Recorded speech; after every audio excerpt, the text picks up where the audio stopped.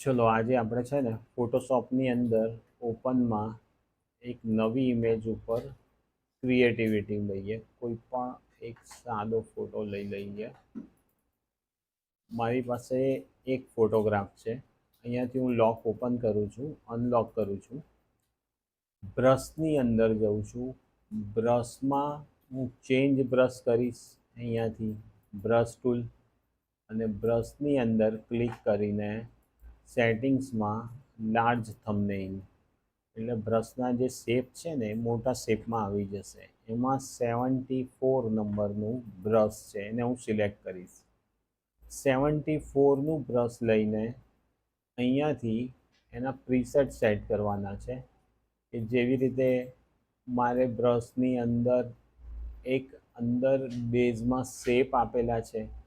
મોર દેન વધારવા હોય તો અને ઘટાડવા હોય તો અહીંયાથી હું સ્કેટરિંગ ઇમેજ છે તો સ્કેટરિંગ ઇમેજની અંદર એને વધારે કરીશ, ક્યાંક તો એને હું ઓછા કરીશ, અને અહીંયાથી હું ઓકે બટન પર ક્લિક કરીશ.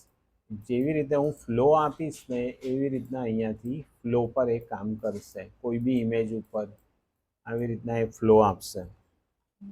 F12 ઇમેજને ક્લિયર કરવા માટે ફાઇલ મેનુમાં ઓપન, અને અહીંયાથી હું કોઈક અલગ ઇમેજ લઈ લઉં છું.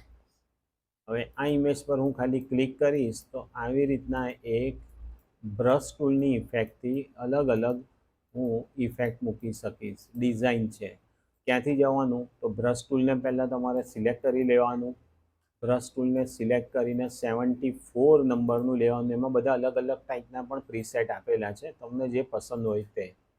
એ પ્રીસેટને પસંદ કરીને એને ડબલ ક્લિક કરવાનું, એટલે બોક્સ બંધ થશે. અને પછી કપ જેવામાં સિલેક્શન કરીને અલગ અલગ અહીંયાથી ઇમ્પ્રેશન લેવાની. મારે એને ટર્ન કરવું છે તો અહીંયાથી હું એને ટર્નિંગ પણ કરી શકું છું. એક લાઇનમાં પણ આવશે અને એને અલગ અલગ રીતે હું ટર્ન કરી શકીશ. અહીંયાથી એને કાઉન્ટિંગ છે, બહુ વધારે પડતું હોય એના કરતાં હું થોડા લાઇટ કરી દઈશ, ઓછા રાખી દઈશ. પછી ટેક્સચ્યુઅર ઇફેક્ટ છે. મારે ટેક્સચ્યુઅર ઇફેક્ટની અંદર એમાં કલર આપવો છે, તો અહીંયાથી હું રેડિશ કલર લઈ લઈશ, અને એ કલરની અહીંયા આવી રીતે ઇમ્પ્રેશન આવશે રેડ કલરમાં. આ બ્રશ છે એની અલગ અલગ અલગ ઇફેક્ટ છે. કલર બી હું કલર ટોન બી ચેન્જ કરી શકું છું, કે ભાઈ મને આ ટાઈપના કલરમાં જોઈએ છે, તો એ હું પ્રેસ કરીશ તો એના શર્ટ જેવા કલરમાં પણ ઇમ્પ્રેશન આવશે. ઓવરઓલ અહીંયાથી કલર બદલાશે, તમારે જે કલર રાખવો છે તે. અહીંથી હું કલર કોડ પસંદ કરીશ અને પછી હું ખાલી ક્લિક કરીશ તો એની ઇફેક્ટ આવવા લાગશે, કે જ્યાં જ્યાં મારે એને ઇફેક્ટમાં મૂકવું છે. તો આ ટૂલની અંદર તમારે એક આ પોઈન્ટ જોવાનો, સાથે સાથે તમને એક ઇફેક્ટવાળું બતાવું છું, કે મારી પાસે અત્યારે ફાઇલની અંદર ઓપન કોઈક ઇમેજ છે, કે જેને મારે અલગ રીતે બેકગ્રાઉન્ડમાં ઇફેક્ટિવ બનાવવી છે.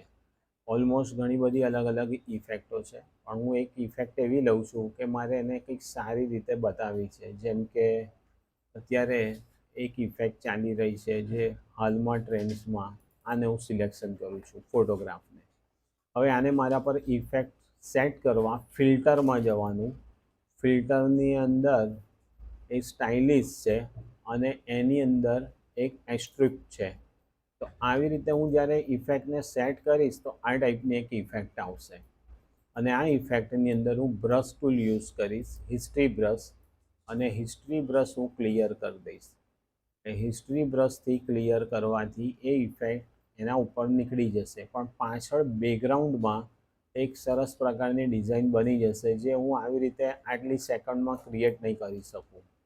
આખી એક નવી જ ઇમ્પ્રેશન તૈયાર થઈને આવી જશે. જે ઓરિજિનલ પહેલાં આ ટાઈપનો ફોટો હતો, પછી આ ટાઈપનો ઇફેક્ટમાં આવી જશે, અને ક્લિયર કરી દેવાથી, હિસ્ટ્રી ક્લિયર કરવાથી આના પર રિમૂવ થઈ જશે. તો તમે આ પણ એક ઇફેક્ટને જોઈ શકો છો સારી રીતે.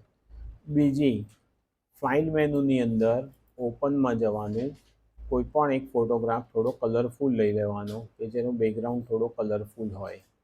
જેમ કે હું એક આ ફોટો પસંદ કરું છું, આને ઓકે કરું છું. હવે આ ફોટા પર મારે ફિલ્ટરની અંદર સ્ટાઇલ્સ, અને એની અંદર ટાઇલ્સ એક અલગ ઇફેક્ટ છે, આને હું ઓકે કરીશ તો આવી રીતે ઇફેક્ટ આવશે. સેમ એ જ ટૂલ, એ ટૂલથી પછી હું આના પરની ઇફેક્ટ રિમૂવ કરી નાખીશ. આ ઇફેક્ટ રિમૂવ કરવાથી પાછળ બેકગ્રાઉન્ડમાં આવી રીતના એક સારી ઇફેક્ટ મને દેખાશે. તો તમે પણ આવી રીતના ઇફેક્ટ યુઝ કરી શકો છો ફિલ્ટરની અંદર. હવે આખી આ ઇમેજ નવી બની ગઈ.